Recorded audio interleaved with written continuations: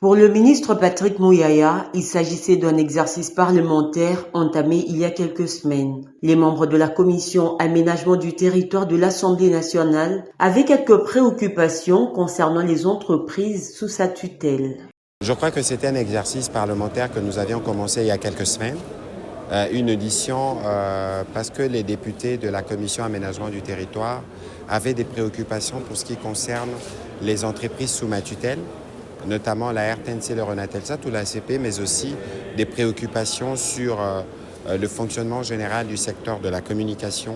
Nous avions apporté des éléments de réponse dans un exercice précédent et aujourd'hui nous sommes venus finaliser parce qu'il y avait d'autres préoccupations qui ont été soulevées. Parmi les éléments de réponse, les réformes amorcées dans le secteur de la communication ont également été évoquées.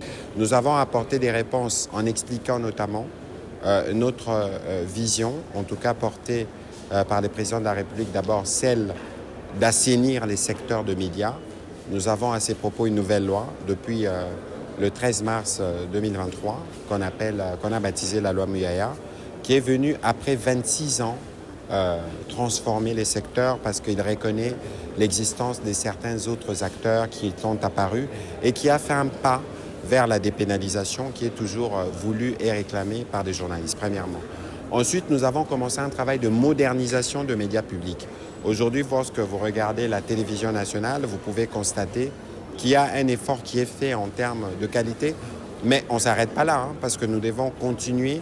La télévision nationale, ce n'est pas seulement Kinshasa, mais c'est aussi les 26 provinces. Ensuite, nous avons eu l'occasion d'expliquer les efforts que nous faisons pour la collecte de la redevance. Le ministre Patrick Mouyaya a en outre sollicité l'appui des députés nationaux pour que le gouvernement alloue un budget supplémentaire à la RTNC, estimant que cette chaîne est un bon allié pour la bonne image de la RDC.